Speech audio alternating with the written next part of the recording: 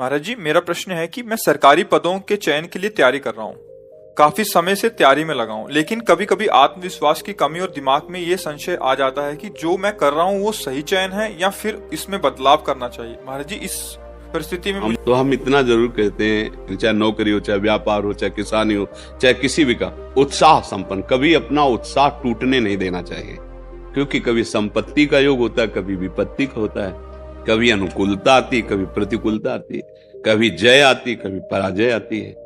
ये द्वंद्व चलते रहेंगे, चाहे कोई भी हो, सबके जीवन में आते हैं।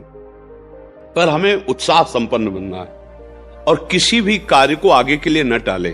तत्काल जो कार्य हमें कल करने के लिए दिया गया है, भले संपन्न कल हो, लेकिन चिंतन के द्वारा हम पूरा आज ही कर लेते हैं कि ऐसे से ऐसे करना है। हम कार्य की सफलता का पूरा अपने दिमाग में बैठा लेते हैं चिंतन के द्वारा। जैसे उत्तम रसोईया वही है जो बनाने के पहले दिमाग में बना ले।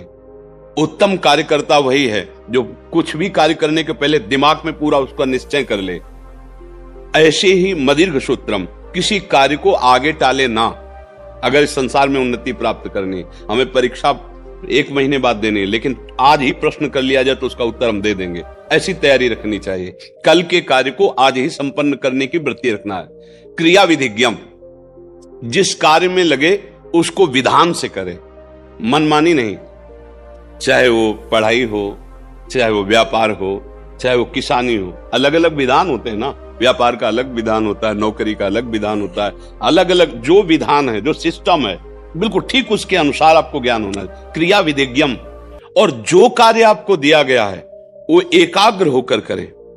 व्यसने स्वशक्तम, आपको जो व्यापार है, जो भी कार्य दिया गया, पढ़ाई, जो नौकरी, उसमें आसक्त हो जाइए संसारिक उन्नति के लिए।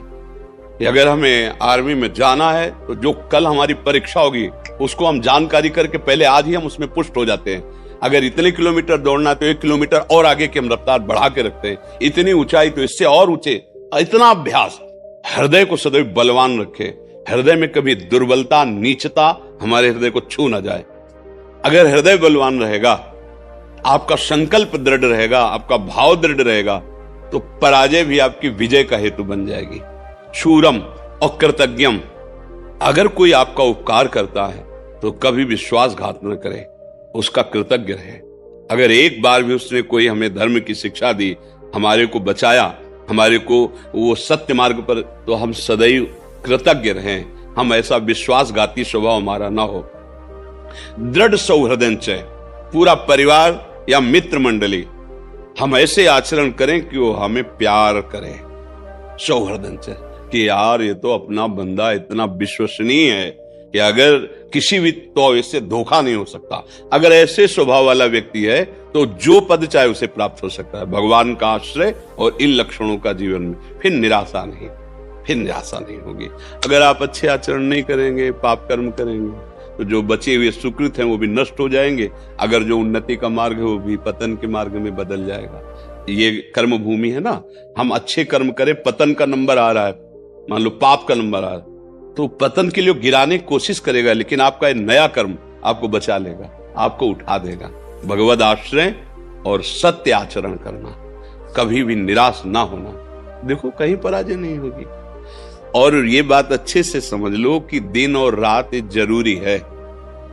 दिन ही दिन रहे तो ठीक नहीं, रात ही रात रहे तो ठीक। ऐसे इस सृष्टि में दुख और सुख, जय और पराजय, द्वंद्व चलते रहते हैं।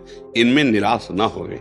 कभी ऐसी भी परिस्थिति आ सकती है कि दुखद वातावरण, फिर भी धैर्य रखे। वो धैर्य वही रख सकता है जो भगवान का आश्रय ले, नाम जप करता है, भगवद आश्रित। इसीलिए कहते चाहे विद्यार्थी हो, चाहे व्यापार हो, करो कुछ भी करो, भगवान का आश्रय ले लो और नाम जप करो तो तुम्हें बहुत सपोर्ट मिल जाएगा।